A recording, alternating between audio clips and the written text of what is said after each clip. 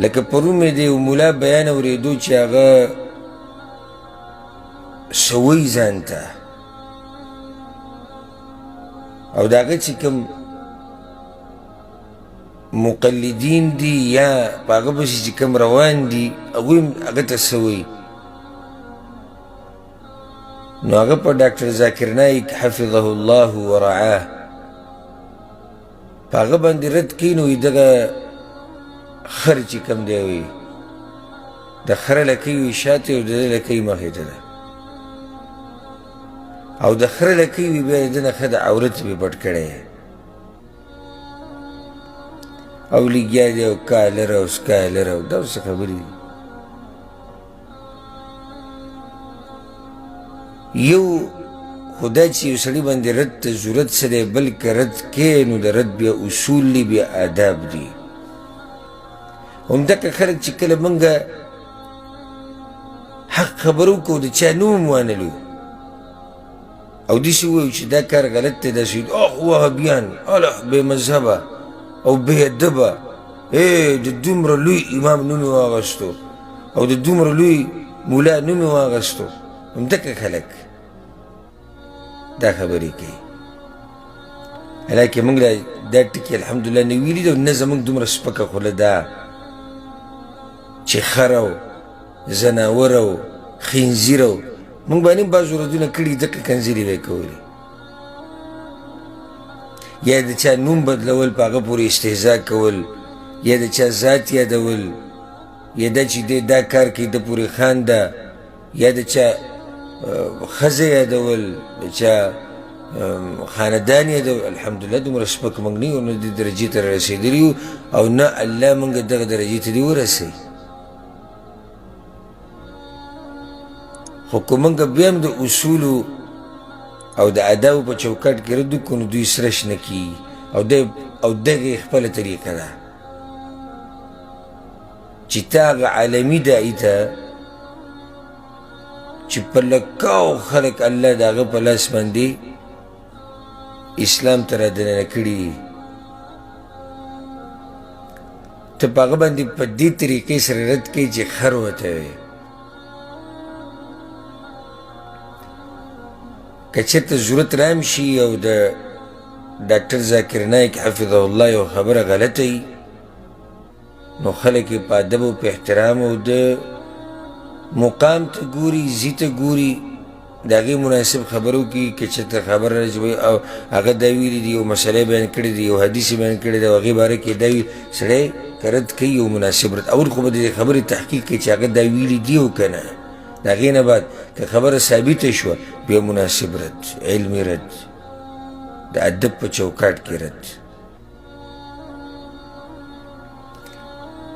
نو دا اعتراضونه به په تاسو باندې کېږي او دا به خلک به څه څه وایي چې کله تاسو صحیح منهج طرف ته دعوت ورکوئ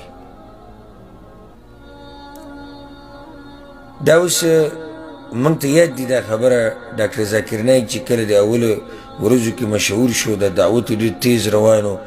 او په امریکا کې او برطانیې کې د هغه مناظرې روانې وې د عیسایانو سره یهودیانو سره هندوانو سره په هغو ورځو کې سم داسې داسې حال یې جوړ کړی بیا یو حقه ملکونو بند کړو دغه د هغوی زور هغوی په خپل ملکونو کې بند کړو نه به راځي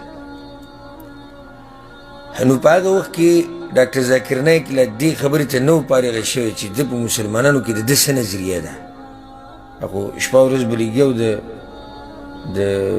کافرو سره نو هر یو به دا چې وي زموږ مکتب فکر نه دی هر یو به دا وي دا چې وي دا زموږ سړی دی که نه دا داسې دا داسې بیا د هغه نه د سوالات جوابات شروع شي د مسلمانانو به دې سوالات کول ته کومې فرقې سره یې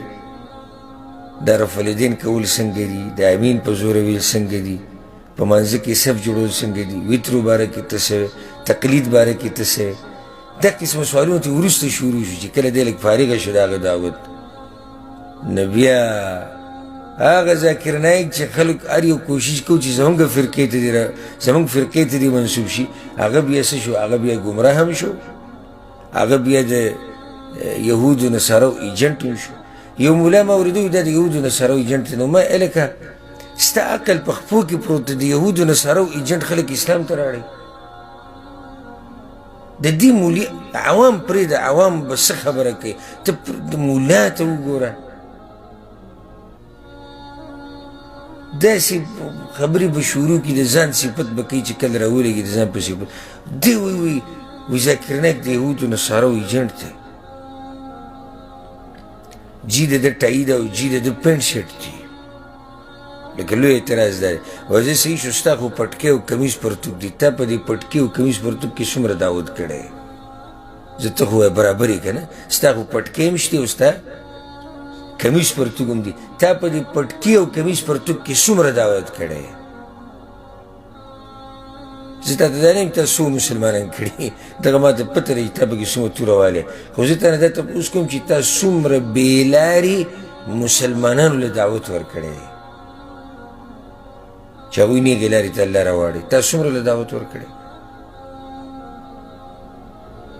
د الله نه یېره پکار ده.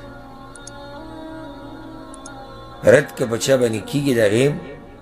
هغې څه د هغې یو طریقه ده، د هغې اصول دي، د هغې آداب دي. او بیا په داسې مشرانو باندې چې د اسلام لوی خدمت کوي. زه دا نه یم چې ذاکر نایک چې دی معصوم عن الخطا ده او د ده نه ګناه نه کېږي او د ده نه خطا نه کېږي. زه دا منم خطا به تم کېږي، ګناه تم کېږي به، او شوي به تی لازم غلطیانې. او بعض فتاوي داسې ورکړي دي چې موږ ورسره په خپله په کې موافق نه یو، خو د هغې خو دا مطلب نه شو چې ته یو سړی سپکوه او خر ورته وایه او زناور ورته وایه او په ذات پورې خانده. نه داسې خبره شو. داسې خو د غټو غټو علماو غټې غټې مسلې هغه امت نه دي منلي. وایي دا مسله څه ده؟ دا کمزوري ده، امت ټول امت نه ده منلي، بعضو کې چې لږه پکې منلي. د غټو امامانو د غټو علماو نو که چېرته ذاکر نایک صاحب په یو مسله کې که خطا شیم،